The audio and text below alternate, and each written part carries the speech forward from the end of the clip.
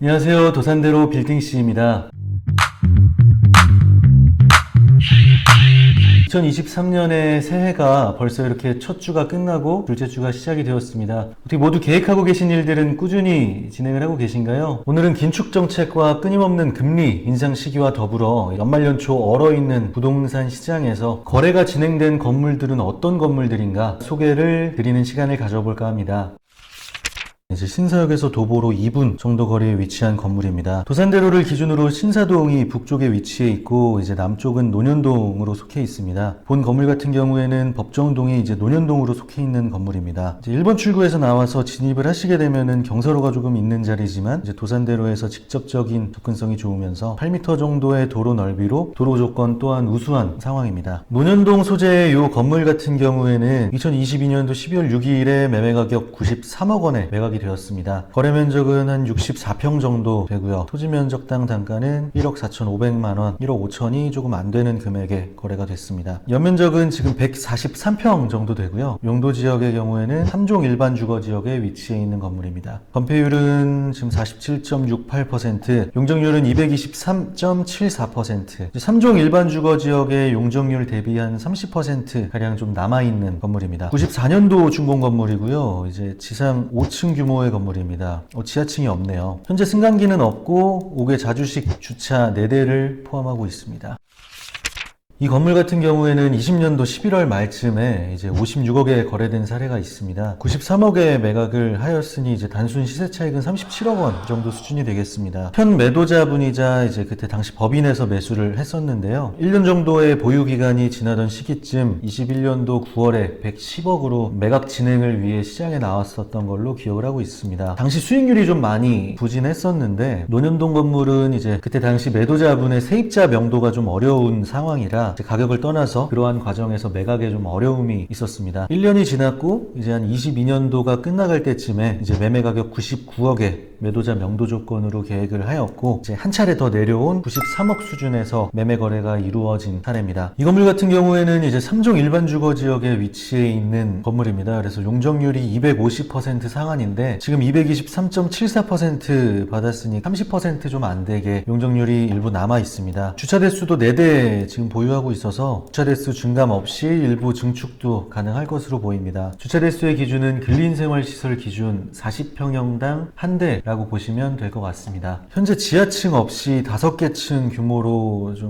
건물이 올라와 있는데요. 지하층이 없는 거는 조금 아쉬운 부분이네요. 현재 이 건물 같은 경우에는 전체 보증금 7천만 원에 월세는 약 740만 원 수준으로 받고 있던 것으로 보입니다. 이제 논현동이나 신사동 임대료 수준을 고려해서 세입자 명도 이후 이제 기본적인 건물 공사를 통해서 가치 개선의 여지가 충분한 것으로 보입니다. 거의 다 받고 있는 용적률이랑 건축비 및 이제 금리 인상 시기를 좀 고려했을 때 일반 리모델링 또는 중축형 리모델링을 좀 고려하지 않을까 싶습니다.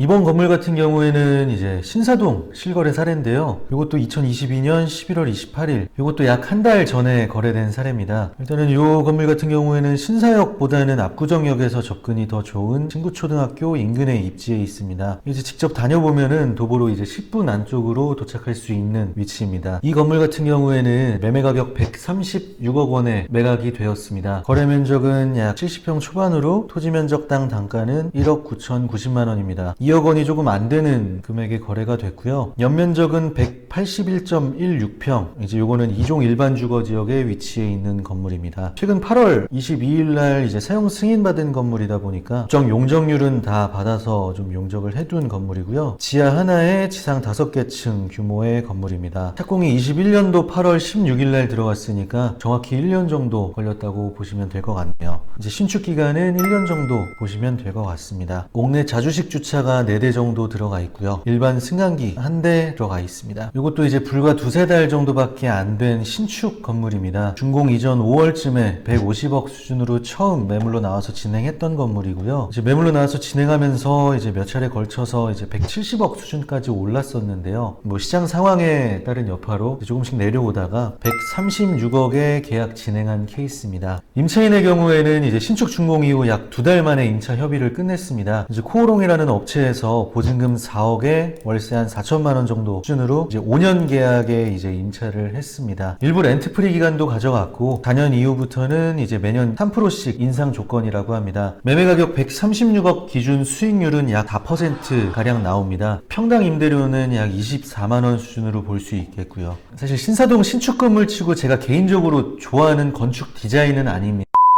하지만 이런 시기임에도 거래될 수 있었던 상품 가치는 좀 충분했던 것 같습니다. 첫 번째로는 수익률입니다. 이제 물리적으로 금리 인상 속도를 100% 반영할 수는 없지만 신사동에서 약 4% 수익률은 충분히 높은 수익률입니다. 이제 통임대 평당 임대료도 24만 원 수준으로 이제 좀 많이 올라왔음을 알 수 있죠. 두 번째로는 입지 조건입니다. 이제 10m 도로변을 접해 있고 도산대로랑 압구정로 쪽으로의 접근성이 좀 괜찮습니다. 이제 가로수길 인근으로 10m 정도 나와주는 도로가 많지 않아서요. 이제 도로 조건 또한 우수하다고 좀 볼 수 있을 것 같습니다. 이제 또한 작은 공원이지만 이제 마주보고 있는 신사 목련공원도 바로 맞은편에 있으니 좋은 환경 요건이라고 볼 수 있을 것 같습니다. 그리고 세 번째로는 교통 호재입니다. 앞으로 27년, 28년도쯤에 이제 준공될 위례 신사선이 을지병원 사거리를 지나가게 됩니다. 많이들 들어보셨을 거라고 생각을 하는데요. 을지병원 사거리에 여기 생기게 되면은 본 건물로의 이제 접근성이 더욱 좋아질 것으로 보입니다.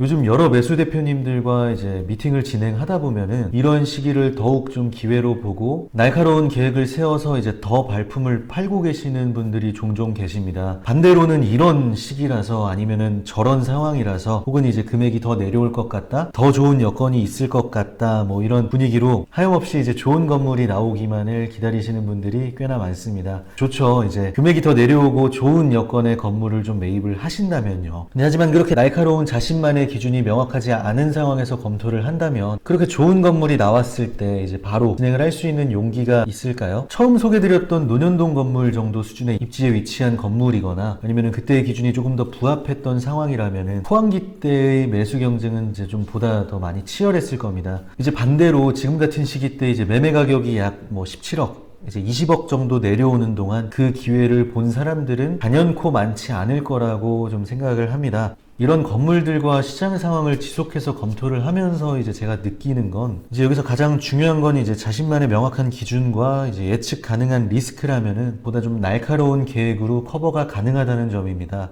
제 블로그 소개에도 걸어놨고 이제 제가 좋아하는 문장들 중에 좀 한 문장인데요. 다수가 성공하는 일은 없다. 이제 군중과 다른 길을 가야 한다. 라는 문구가 떠오르는 시장 상황과 건물 거래 사례였습니다.